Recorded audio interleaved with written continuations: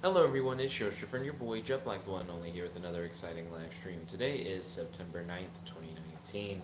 I'm going to be talking about my day today. Feel free to jump into the live chat. Tell me how you're doing today, if you have any questions for your boy, and if you have any discussion topics you'd like to talk about on the stream. Right now, I am playing Serialim 3. Oh, there is a knock at the door. I hope somebody answers the door.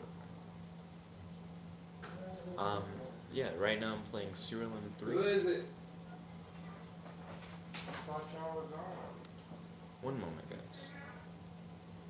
I thought everybody was gone. I thought everyone was gone.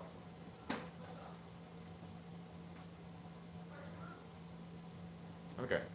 Right now I'm doing a Serial M3 stream, so if you guys are interested in checking that out, definitely make sure to do so. It's happening live right now on the channel.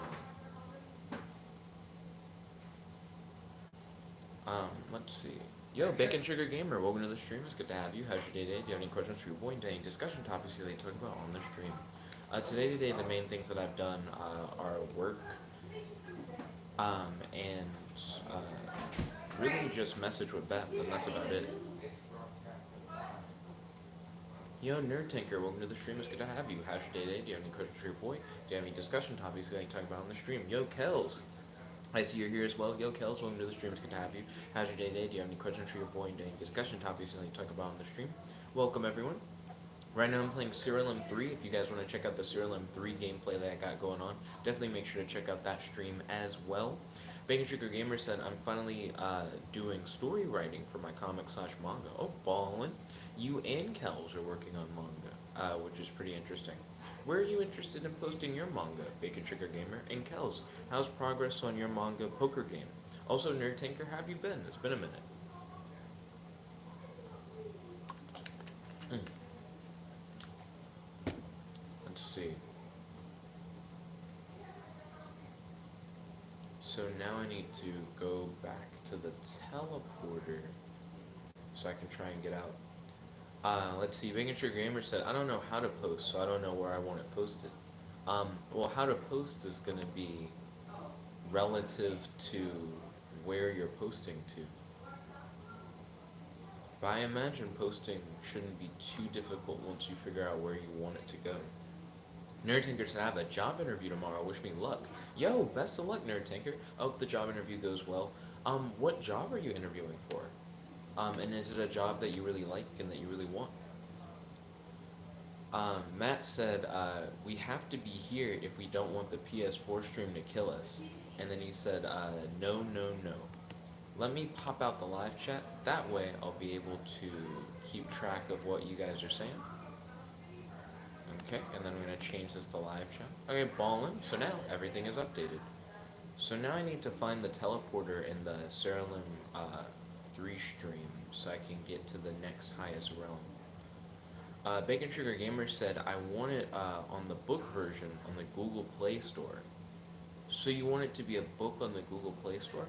Why specifically on the Google Play Store rather than a different marketplace? Also, you brought up an interesting point. How do you publish a book on the Google Play Store? That's one thing that I've never tried before. Nerdtinker said something to do with vacuums or something. Oh, are you gonna be like a vacuum salesman, Nerdtinker? Like you're gonna be like selling vacuums? Or are you going to be like vacuuming something? Or are you gonna be like making vacuums? There are a lot of different jobs that could potentially be related to vacuums. You're gonna be working with vacuum chambers. My brain keeps thinking like there are a lot of different things that could be. But I do wish you luck. Like I hope that you get it. Nerd Tinker said, it's not my dream, but it's what works. Understandable. Let's see. Kel said, poker games progress has definitely slowed down because I'm not cool enough to not be in school. Right now, I'm still designing characters. Oh, ballin'. Feel free to definitely share your character designs with us. Definitely enjoy talking about them, especially within the context of who would win OC battles. Let's see. Bacon Sugar Gamer said, that's the only thing I know. Oh, well, there are other audiences beside the Google Play Store. Then Matt said, because Google Play Store is a wide audience. I never hear of anyone getting books on the Google Play Store. which I think is part of what surprised me about it. Nor do I ever hear about people posting books to the Google Play Store either. But I wouldn't be surprised if there are books on there. Excuse me. And then Bacon Sugar Gamer said, or, I don't know. I feel like the easiest way to publish books online that I'm aware of is through Kindle Direct Publishing, and you get to publish to a very large audience because it essentially posts your book to Amazon. Um, that's what I would recommend personally. Nerd Tinker said, I don't know yet, lol. I haven't gotten any info on the job. Probably salesman. Ooh, well, best of luck. I hope that you get the job. Let's see. Matt said beyond, like Audible. Oh wait, he said you don't hear people getting books from anywhere beyond like Audible. I hear about people getting books on Kindle all the time. I don't think that's like a very common way to get books, actually. Let's see. Where we Then Bacon Sugar Gamer said if Dragon Ball Z can do it, so can I. I mean, yeah, follow your dreams, dude. I believe in you. It's now easier than ever to do like self-publishing, so I believe that you've got this. I have to visit temples. Where are the temples at? Nerd Tinker said, also, just wanted to tell you. Oh, no problem, dude. I'm glad that things are going well, and I do wish you the best of luck with your interview. Um, let's see. Matt said nobody talks about Kindle Direct Publishing. You'd be surprised. Kindle Direct Publishing is quite popular, especially if you like do a lot of self-publishing. Professor Trevenant said, I got into speed duels. Also, hi, man. Yeah, Professor Trevenant, welcome to the stream. It's good to have you. How's your day today? Do you have any questions for your boy? Any discussion topics you like to talk about on the stream? So what got you into speed duels? Let's see. Professor Trevenant said, books from bookstores. True, bookstores are a pretty common way to get books. That's true. Matt said, gee, I wonder why you hear about people getting books on Kindle. It's like you're actively paying attention specifically to the Kindle store. What other ebook distributor are you even aware of, Matt? I think that actually is like a good question. Like, whenever you hear someone talking about ebooks, where do you normally hear them get ebooks from? Gerard uses Kindle. Let's see. Matt said anyone involved in something will hear more about the thing they are in. And then he's like, Audible. That's audiobooks specifically, which, by the way, Audible is owned by Amazon. It's just the audiobook equivalent of doing the Kindle Direct Publishing stuff. Rocky Ford said, hi there. He's doing good today. That's great to hear. He said, what do you like about speed dueling? And then he wants to talk about Yu-Gi-Oh! Duel Links. In regards to Yu-Gi-Oh! Duel Links, I don't really like Duel Links that much. I much prefer Nexus. In regards to speed duels, I haven't really played any speed duels for real, other than Duel Links, which is kind of like speed dueling. If not just straight up is speed dueling. I've never really done a speed duel, so I don't know. Matt said Duel Links is bad. Are you a temple? That is not a temple. I must find the temple.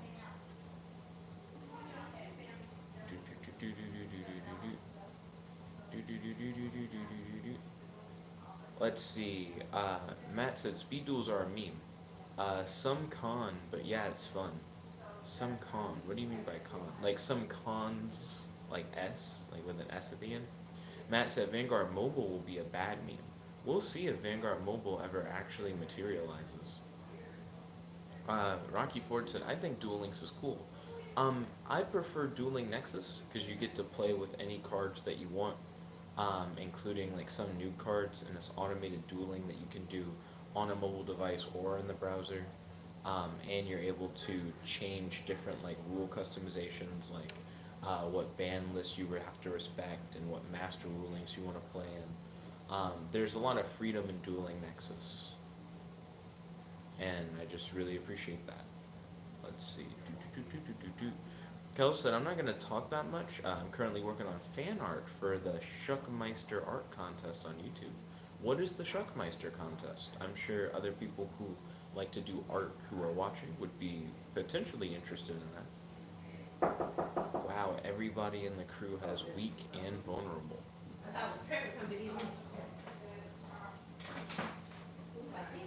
Let's see. Professor Treminette said, I went to a con and found the game. Oh, you went to a convention and you found, so you, let's see. You went to a convention and you found a speed duel deck? Is that what you're referring to? Rocky Ford said, what about dueling book? I don't really like dueling book because it's not automated dueling. I definitely prefer automated dueling. Let's see. Matt said Lynx isn't standard Yu-Gi-Oh though, so it can't be held to the same standard. Understandable. Uh, I just prefer the normal Yu-Gi-Oh experience over Lynx. Let's see. Professor Charnock said yes. Matt said Jet is lazy, so he needs automation. I definitely prefer automation. Would you prefer to play the board game version of Fire Emblem than like the actual like games? Let's see. Kel said the Shuckmeister is a JoJo tuber. Oh, okay, interesting. Matt said yes. That would be so cool. I know that you're working on a Fire Emblem style board game, or at least you were at some point. What progress have you made on that?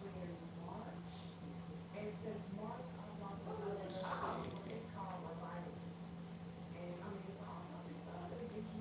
And would you want to play the board game version of Fire Emblem for like the whole game? Matt says his game's on an infinite hiatus. Oh man, starting to sound like the Hunter x Hunter manga. I'm sure the Hunter x Hunter manga will have another chapter. It just feels like an infinite hiatus.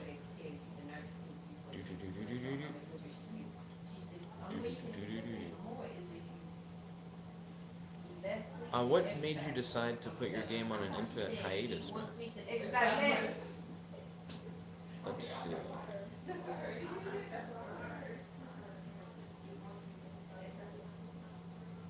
There we go. Right now, I'm still just working my way up to the realm that I need to be in.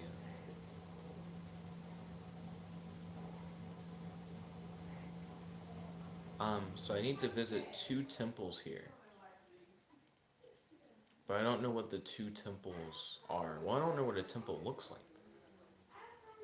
to be honest. Matt said, you seem to forget that a board game generally has a different game flow to an actual video game. But you could potentially have a board game that has the same setup as the video game. You know what I mean? Like it could be like a miniature tactics game, similar to like Hero Clicks or whatever, and each fight is arranged in the same way that you would arrange a normal Fire Emblem fight.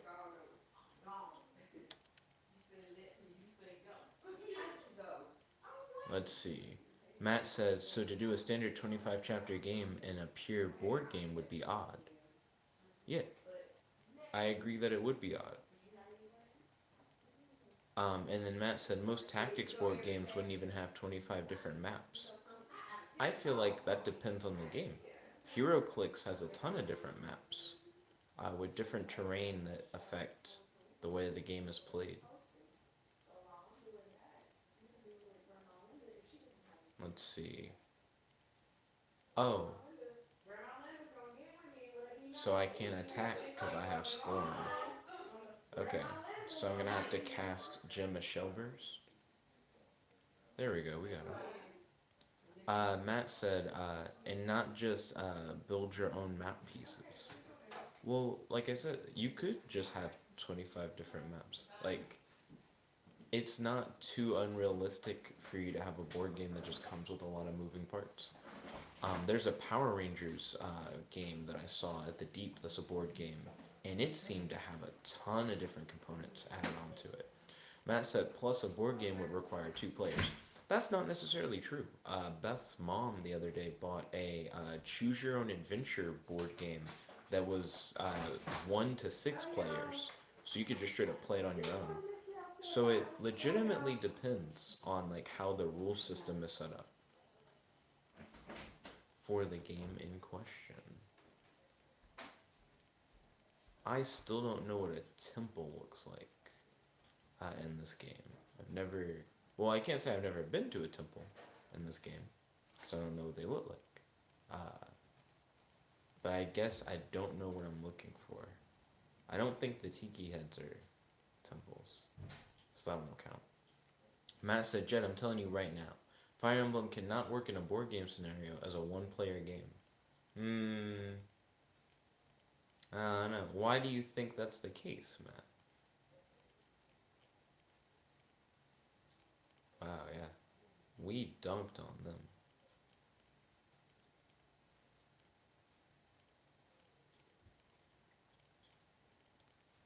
Let's see. Matt said that would be saying you could play chess by yourself and not just be playing both sides.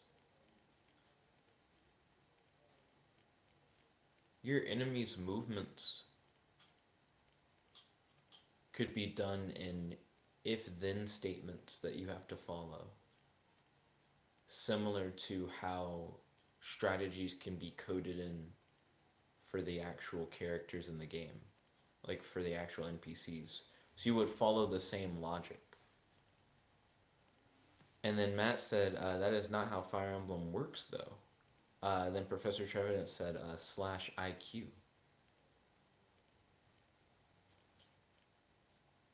So you don't feel like in Fire Emblem that the enemy players have logic?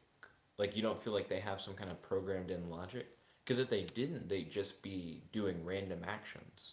Like I imagine there must be some form of logic behind how they work.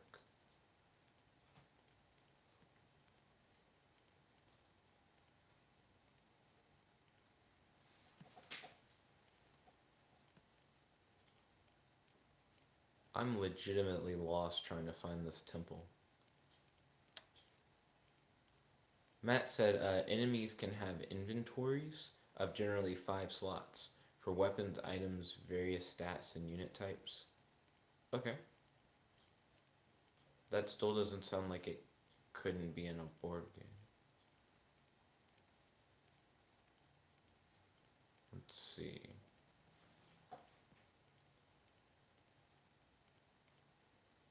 None of my guys even got hurt in that fight. I legitimately don't know what a temple is, and I'm pretty sure this isn't a temple. I mean, bleh. I'm pretty sure this isn't a temple.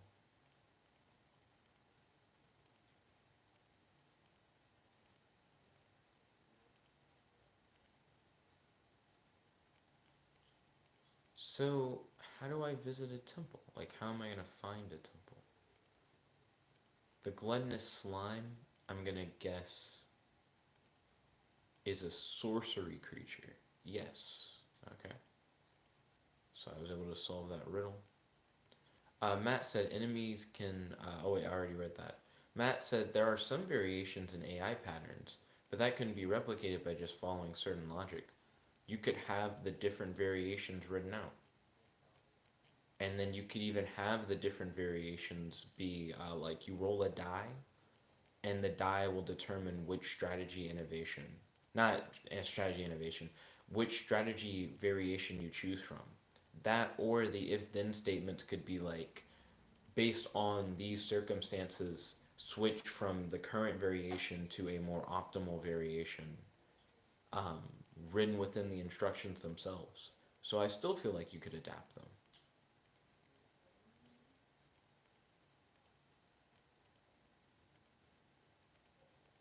Matt said, since you haven't played Fire Emblem except Heroes, but Heroes is already a very stripped down and not full Fire Emblem experience, you're implying Fire Emblem can be without even really knowing the game.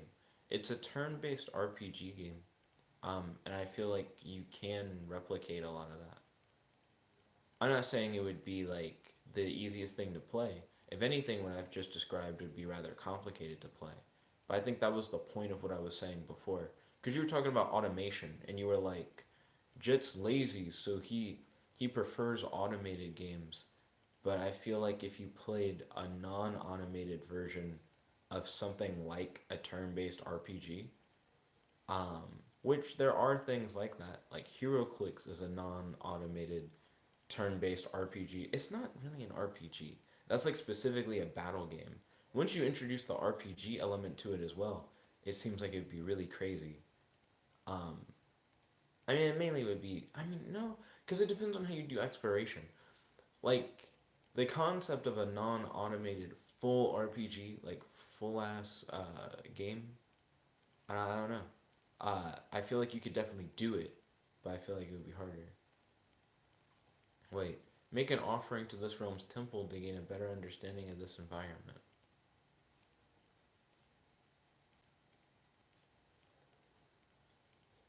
I made an offering here. Oh wait, offer my emblems.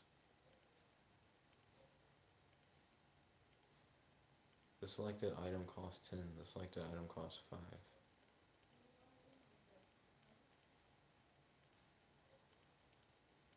Okay, so we got Cloud Beam.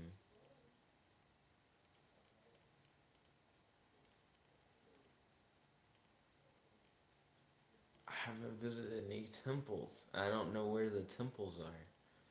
Matt said, Jet, you're throwing a much harder experience at me when I'm calling you lazy for not putting forth the effort on an easier experience.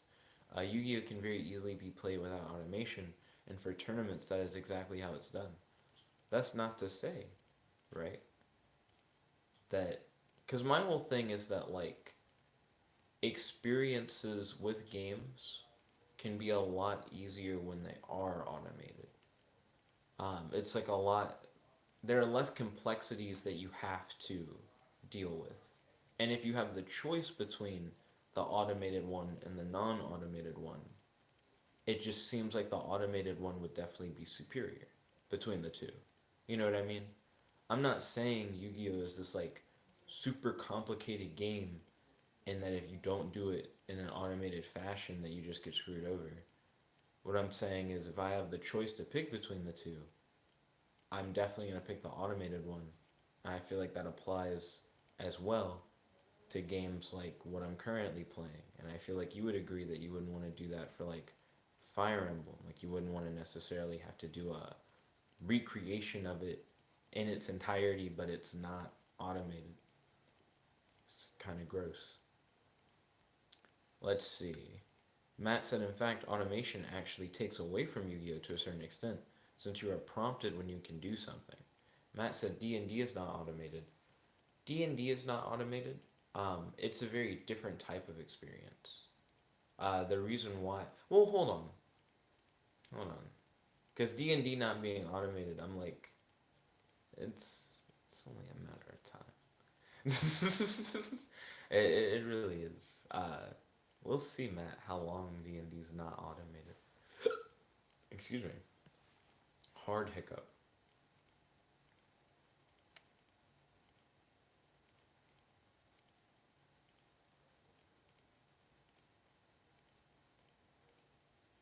Because my whole thing is that I'm making a game where you can play role playing games with an AI. Matt said, are there things for automation? Yes, but that isn't the feel of the game.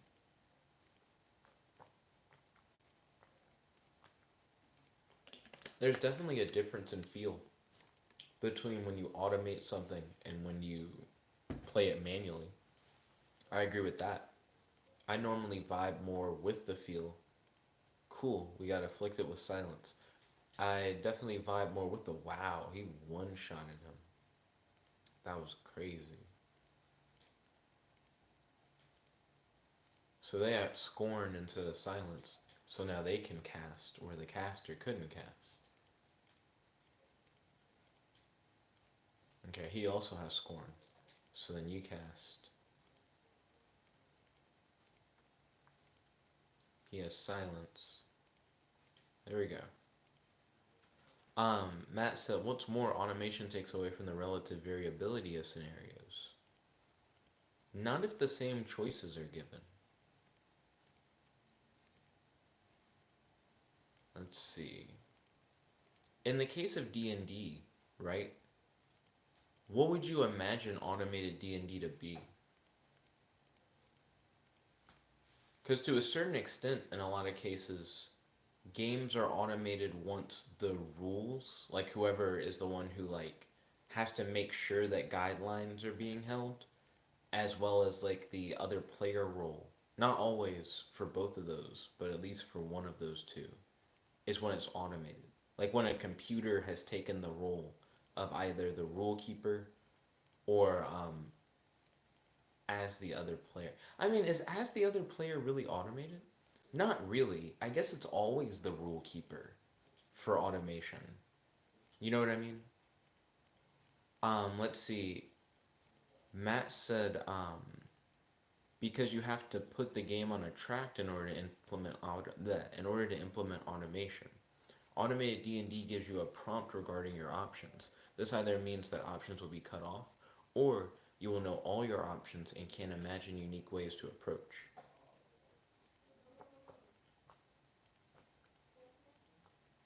So, it depends on how open-ended it is.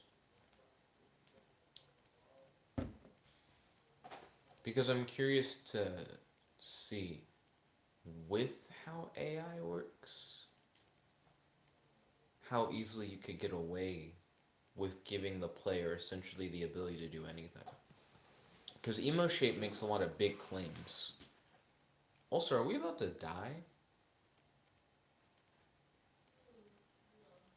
Yeah, I was like, these enemies are way too low level, but they were putting in that work, that wizark.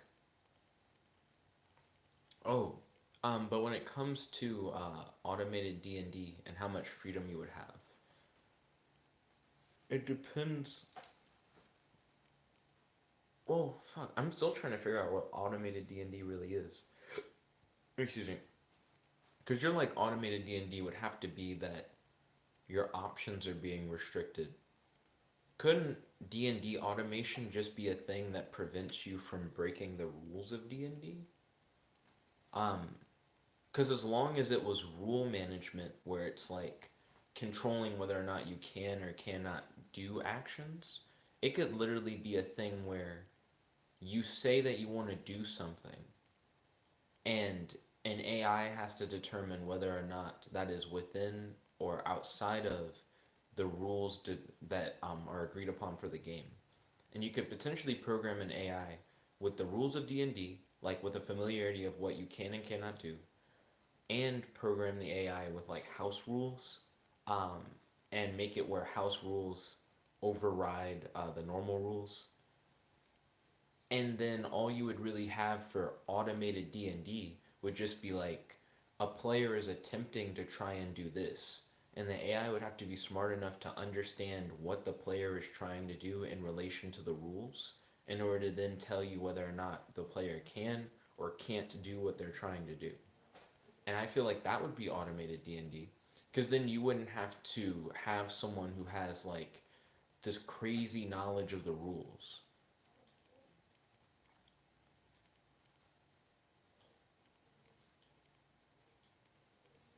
I legitimately don't know where to go. I've been running around this world for so long. I'm gonna go into options, display,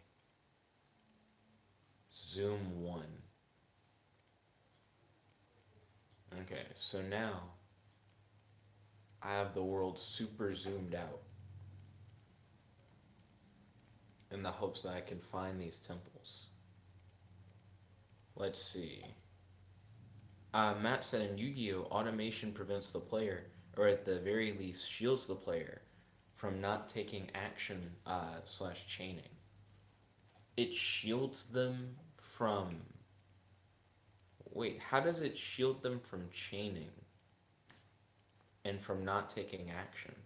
Because automated Yu-Gi-Oh, you still have to choose to do things.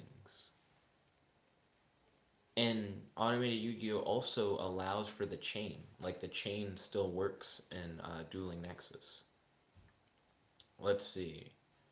And then Matt said, but that is inherently a part of the game, since misplays are just as much a part of the experience. So you can still misplay in Dueling Nexus, you just can't do anything that would violate the rules of the game. Matt said, Jet, do you understand how hard it would be to have an AI to be able to check every possible action a player could do? The AI would have to go against infinite imagination because some scenarios are just things you might not immediately think about. With enough data, I think a machine learning algorithm could be taught what is allowed in D&D rules versus what isn't allowed in D&D rules. Like with a good data set of like here are examples of player actions and here's how the rulings like connect to them and go like this one isn't allowed because it violates this rule. This one is allowed because it doesn't violate any rules. You know, stuff like that. And then based off of that, the machine learning algorithm could then adapt to new things that it hasn't seen before based off of the things that it has. Matt said with enough data, a writing AI could complete a piece of writing. That went real well, huh? Mm. There actually is a D&D AI that creates D&D spells using existing D&D spells as a reference. So I mean, there are already people who have an interest in machine learning and its connection to Dungeons and Dragons. I'm supposed to go to a temple. I can see like the whole map from here. I don't see any temples unless these tiki head things are temples. The tiki head things are temples.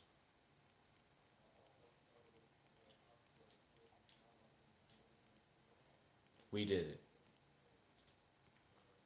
Gosh, I was here forever, dude. Let's zoom the map back in. It I can't tell if I prefer the map to be zoomed in or zoomed out, to be honest.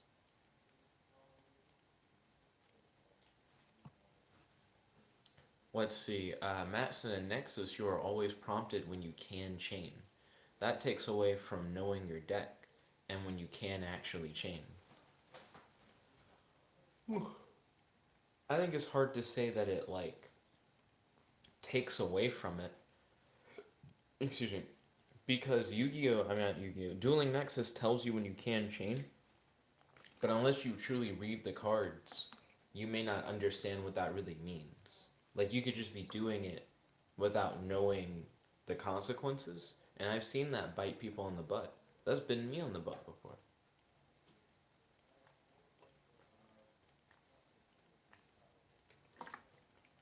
Mm. So I feel like the chain prompting also can lead to misplays.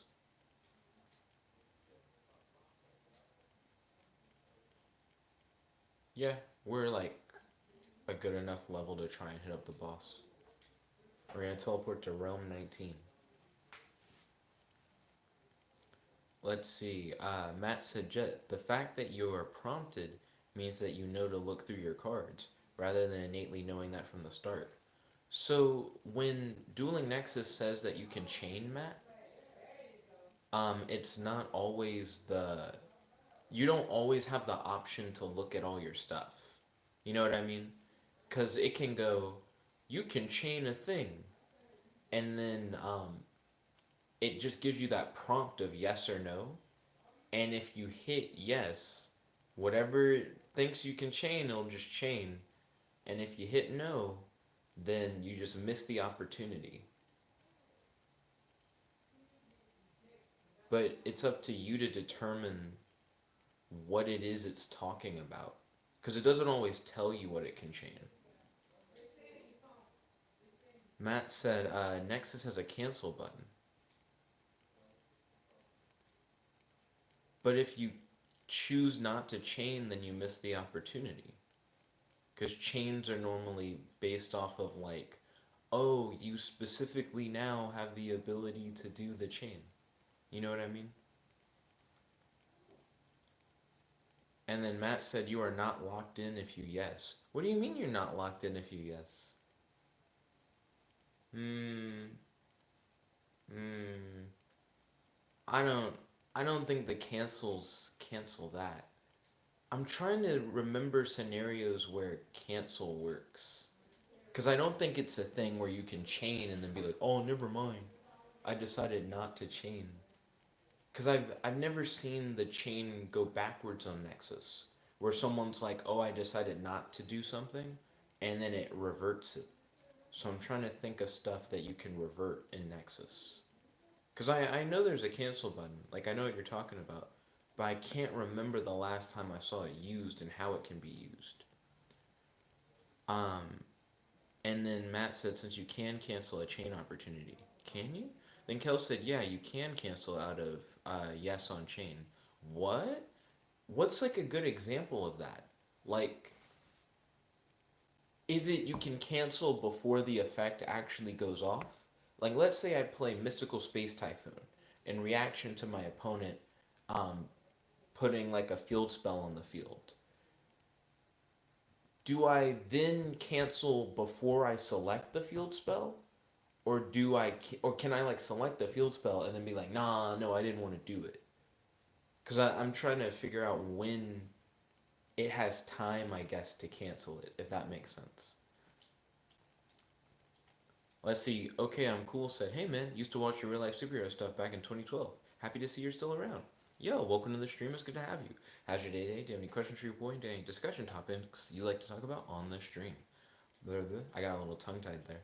I don't patrol anymore. Like I don't do the crime fighting stuff specifically.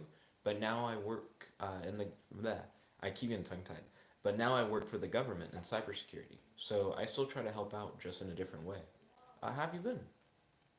It's good to have you on the stream. Let's see. Matt said, so long as another card doesn't get added to the chain, you can cancel. So what happens if an opponent chains to your chain before you can hit cancel? Do you just lose the ability to cancel it? Let's see. Matt said, instead of picking the card that was prompted for the chain, hit the cancel to get out. I feel like you wouldn't be able to cancel everything, though. MST specifically was like you can target something. You know what I mean? Ooh, the time walk spell. I'm gonna guess the time walk spell belongs to sorcery. Yeah, okay, cool.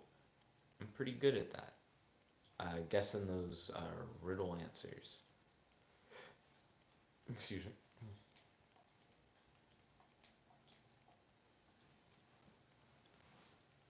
Let's see. Kel said how it works is that if you click yes, it highlights what the pop-up was referring to. If you decide you don't want to do it, you can cancel. If you want to go through with it, you click the highlighted card and click activate. Oh, so it literally, man, it's been so long since I've done Nexus. So it doesn't automatically do whatever the chain was. It does let you know what it was. Hmm. I don't know why, but I thought it was like kind of a blind thing where it just like that, where it just kind of happened. Okay, that doesn't seem bad. So Matt's argument is that because you can cancel chains, that well, I don't think that stops misplays though, Matt. True, you can cancel chains based on what we've discussed here. But even though you can cancel chains, that doesn't mean that people will never misplay. You can still misplay by like being ignorant of what a chain does, not really paying attention to your cards, just kind of letting things happen. Ooh, one of my guys got heavily damaged.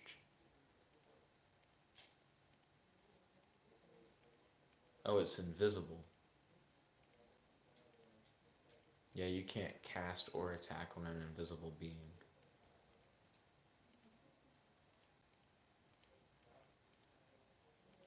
Okay.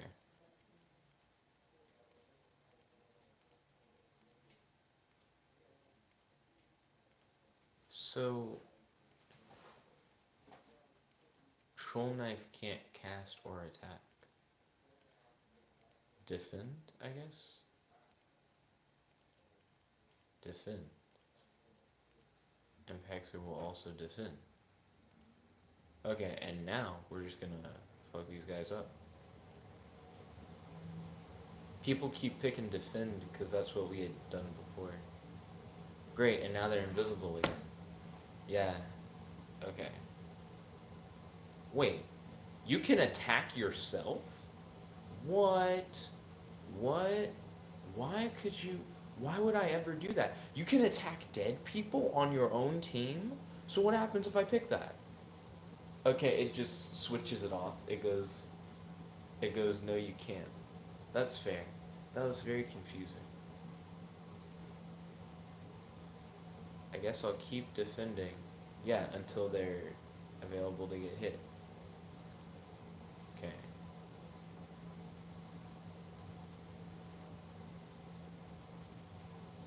There we go.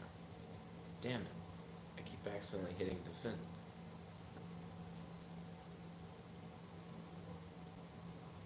Cool, we got him.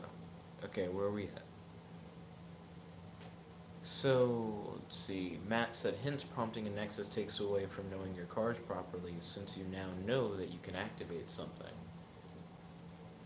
As long as you're like paying attention to the game and playing properly, yeah. Matt said, rather than innately knowing what you want to do, which is more accurate to the actual TCG, which is what tournaments play. You're losing a part of the Yu-Gi-Oh experience of knowing what needs to be done at every step of the game. Just because it tells you that you can chain one thing, doesn't mean that you always are chaining the right thing or chaining optimally. You can have multiple things that can chain, but that doesn't mean that you should chain all of those things. Or that you should necessarily chain any of those things. It really depends. So I feel like there's a big difference between getting prompted for chains and actually knowing the optimal way of playing a deck. Let's see, Matt said RPGs have self-attacking sometimes to deal with status ailments. The fact you could target a corpse for an attack is bad/lazy programming. It looked like I could, and then I tried to do it, and then it just didn't do anything.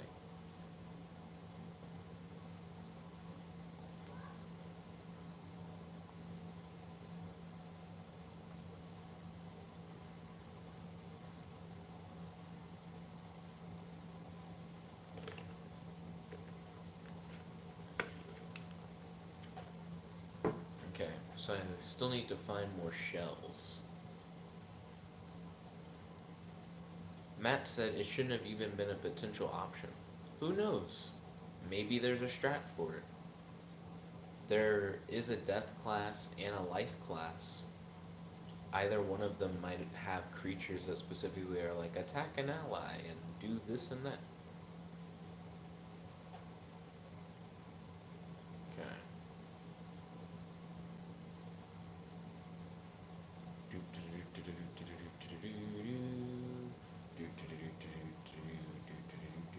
Wow, that guy got a full heal.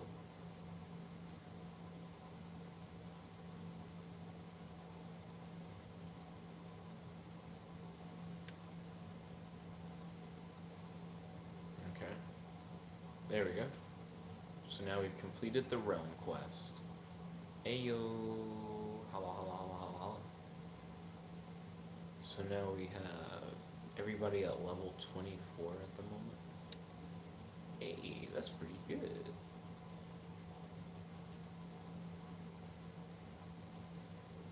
So, Matt said oh, I already read that.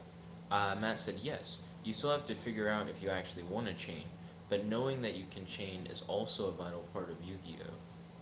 Knowing is only half the battle. I will say that knowing is different from the normal game. True. Excuse me. But I do feel like people being told that they can chain can also lead to misplays. Because part of your argument was that misplays are an organic part of the game. I just feel like misplays are done differently, but they still surely exist. I know I've definitely misplayed Dueling Nexus.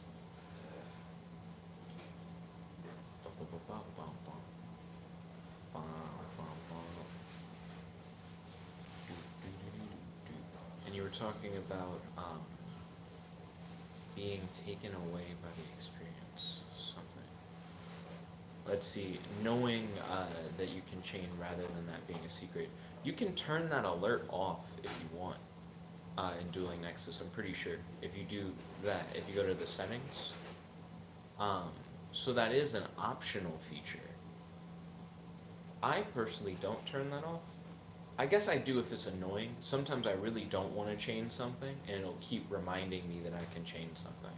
And I'm like, I'm good. But for the most part, I keep it on.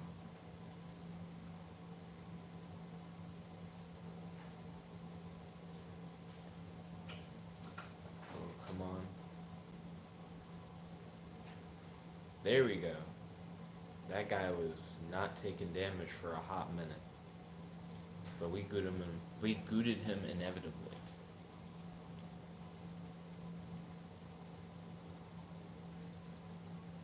Let's see. Matt said, "But Jet, percentage of misplays are less in But Jet, the percentage of misplays are less in automation as opposed to non-automation, since you can just cancel out of the chain.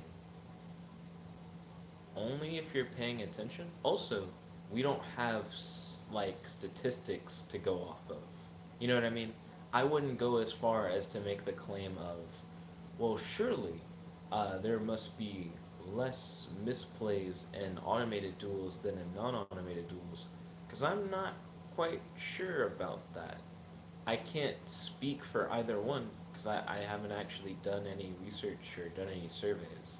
I understand where you can like try and draw that conclusion, but I wouldn't say it as if it's fact. Like if anything, I would say it's a possibility that thanks to automation there are significantly less misplays. But I wouldn't be like it is like a confirmed thing. You know what I mean? Matt said, "I'm not arguing that Nexus is bad for automation. I'm arguing that you are bad for always wanting automation when it can take away from the experience. I feel like automation helps prevent cheating, and I feel like the cheating prevention is pretty nice because I feel like cheating takes away from the experience."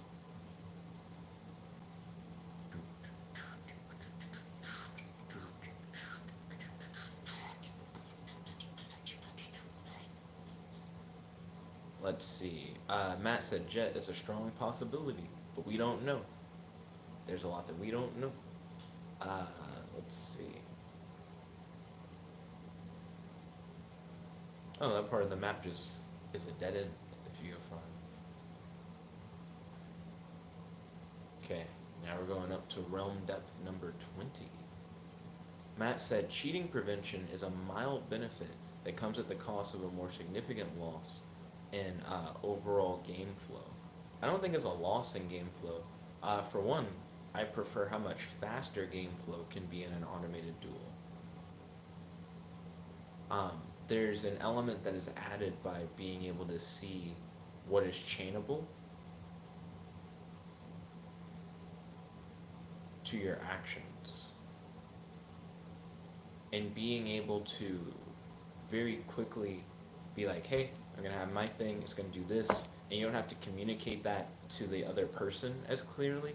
Like, you can just kind of like do it, and then they'll see it happen, and they're like, oh, I just know what's happening. I feel like you can do a duel much faster in Nexus than you can in Book. And I appreciate that. I definitely like the faster pace. Let's see. Matt said, but there are means to go about cheating outside of the structured system. So are you talking about like hacking Nexus? Because hacking Nexus is a lot harder than just cheating at Yu-Gi-Oh! Because some of the stuff that you can do that's cheating in Yu-Gi-Oh! Is to say the interpretation of the card's effects are like this. And because of the way the cards are written, if the person you're facing isn't familiar enough with the card's wording or like function, you just go, oh, well, I guess that's how it works. And whenever you're in situations like that, people a lot of times will be like, yeah, you know, I use it like this all the time. I assure you, this is definitely what it does. And in a tournament setting, you can just be like, judge. You can hit up a judge, and they can like settle it. outside of a tournament setting, you can look up like the rulings online. If you can find like good, reliable rulings on newer cards that may not be immediately available, and people aren't always willing to do all that, it's a lot more trouble than just a thing that immediately handles the rulings for you, and you don't have to do additional research. Because some rulings are just phrased weird, where depending on how you read it, you could get different interpretation from it, but there's only like one official interpretation. Like there's only one real way that the effect is supposed to go off. And Nexus just uses whatever the correct interpretation is, or at least whoever the people who code Nexus think is the correct interpretation, uh, which is good enough for me. Uh, and I prefer that over having to, oh gosh, over having to pay attention to so much of the stuff that's going on. Some people spam boards really hard in Yu-Gi-Oh, and they'll be like, "I'm gonna play this, and it's gonna let me do this, and then I'll do that, and then da and they have to keep up with so much stuff that's going on, in order to do that successfully. Nexus not only helps them do that without making them have to keep track of all the stuff that's going on, but it also helps the person that they're going up against be able to actually play the game without. So they're invisible, so I have to hit them. Well, I can't hit them because they're invisible. Yeah, duh. Extract. Cool, we got a free core. Extract. One moment, map. They're all invisible.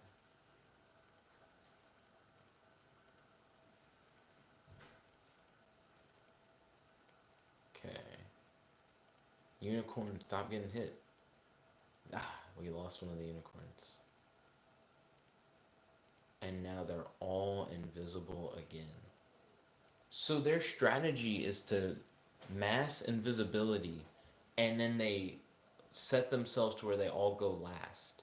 So then you tell all your guys to defend, and then they're like, "Ha, bet," and then they hit you when they become visible again. Well, that's just gonna goot them in the end, actually.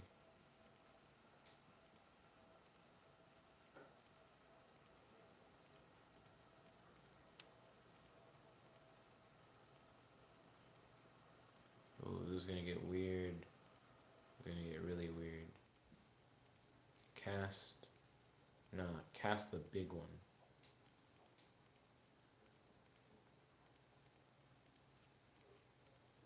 Nice.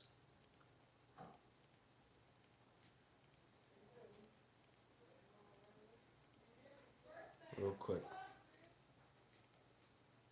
Hey, there we go.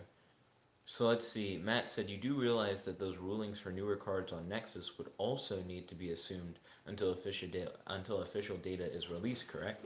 But at least it forces an accepted rulings. You know what I mean? Like if you're playing on Nexus, you don't have the ability to not play by whatever the Nexus ruling is. Let's see. But spamming the board is a part of the game, and knowing how to deal and to coordinate that is also part of it. Automation simplifies that considerably. Automation makes it where you can't accidentally mess up with the spamming of the board. Nerd Tanker said, I'm back, boy. Yo, Nerd Tanker, welcome. It's good to have you. How's your day? Do you have any questions for your boy? And any discussion topics you like talking about on the stream? I know I already did that when you first showed up. I just like to do that intro.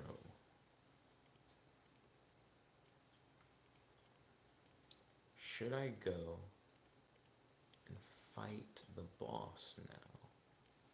Or should I keep trying to power up with the grind? Wow. Yo, you might not want to kill that one, fam. You might want to just hit like anybody else.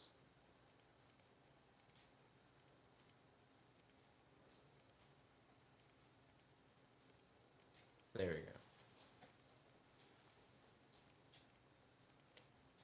Okay. So where are we at? Matt said an apt comparison would be fighting game controls. Well, fighting game commands, he said. He said more complex motions mean that the players need to learn the motion, and the time it takes to make said motion makes is all a part of the move's usefulness. Goodness, a lot of people got hurt. Nertanker said my wife's bike was stolen, so I'm crying a bit. I'm sorry to hear that. I hope that your wife is able to get her bike back. Um, and I hope that everything works out. Yeah, I'm very sorry to hear that.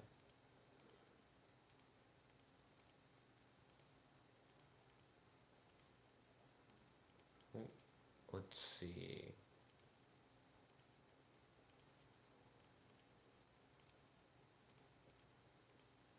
Yeah, cast the big one.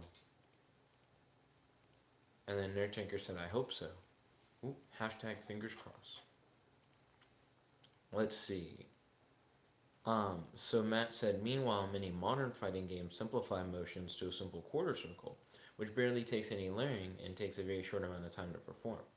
You might be able to do more stuff with a simpler motion, but it takes away from the depth a more complex motion offered. So I feel like the complex commands of a fighting game actually matter a lot less in the grand scheme of things. I feel like a fighting game can still be perfectly competitive without having a lot of complex motions. An example of which would be Smash, a game that you really like that's based heavily on just having like directional inputs and buttons without having like dragon punches and like Hadoukens and stuff like that. Another example would be Fantasy Strike, another fighting game that again is not based on doing complex motions in order to complete attacks. Its whole thing is to be like that. So I just feel like that's kind of the direction that fighting games in general are going in, so that they can be more accessible, so that more people can enjoy them. Which is, oh, that's pretty much a redundant statement, to be honest. Let's see. What's up? I got a little gnat that's flying around. Kel said, is simplification in this case really all that bad? I think automation helps make the game less scary to newcomers and can help you learn the game, as long as you actually read your cards and not rely on automation. I don't really think you can just rely on automation, if I'm being honest. Like, if you were just chaining whenever it said to chain and not looking at anything, more likely than not, you probably would just lose. Like the automation isn't good enough to just help you, like on its own. Um, I saw Tard. I just called him Tard. I just saw. I didn't just see him. I watched a video of Todd McFarlane, the guy who created Spawn, draw Spawn, and I believe in the video, he said a lot of people get on to me because I use drawing tools, because he has like a tablet that he draws with, and he's like, but the thing that I don't understand is if you don't know how to draw, you can't really use drawing tools. Like he's like, even if I gave my tablet that has like all these drawing tools built into it to like someone who's never drawn before, they wouldn't know how to use those tools optimally to actually just be able to like draw something on the same level as what I'm drawing. Um, and I was like, yeah, that makes sense. That actually is just a logical thing. Like, it helps you do better if you know. Oh wait, that's interesting. At realm depth, at realm depth 21, the enemies are level 23. Right now, my creatures are level 25. Yeah, I feel pretty confident. I'm gonna go back to my kingdom and break some artifacts down and start working with that. Let's see. Matt said, but having that automation is an easy out to actually learning, since you don't actually need to understand how and when cards activate, but you do, or else you just cuck yourself. Um, and then he said, since you have that given to you on a silver platter, it matters. Matt said, but drawing tools don't prompt you saying, hey, use the circle tool here. Drawing tools are a toolbox akin to a deck. The prompts are actual automation. The prompts are also a tool. They help you be aware of things that you may not have been aware of, but they themselves don't actually just work. You know what I mean? Like the the prompts aren't a replacement for strategy. You still have to be able to implement the strategy correctly. You could potentially luck out and chain a whole bunch of good things. You could also mess up and chain things in a way that you shouldn't, that ends up hurting you in the long run. And then Matt said the prompts are a step above a regular tool. The prompts essentially are like, they're not even necessarily a hint button. Um, so I can't even say that. Also, it is 8:59. Well, now it's just straight up 9. I'd like to thank you all for watching. If you guys like this video, make sure to smash that like button, favorite, comment, subscribe, and ding ding ding, ring that notification bell to be notified whenever we do these live streams. I'd like to thank you all once again for tuning in. This is your host, your friend, your boy, Jet Black the one and only, logging out, and I'll check you guys out next time. Peace. Hope to see you on the next vlog. Check it, guy.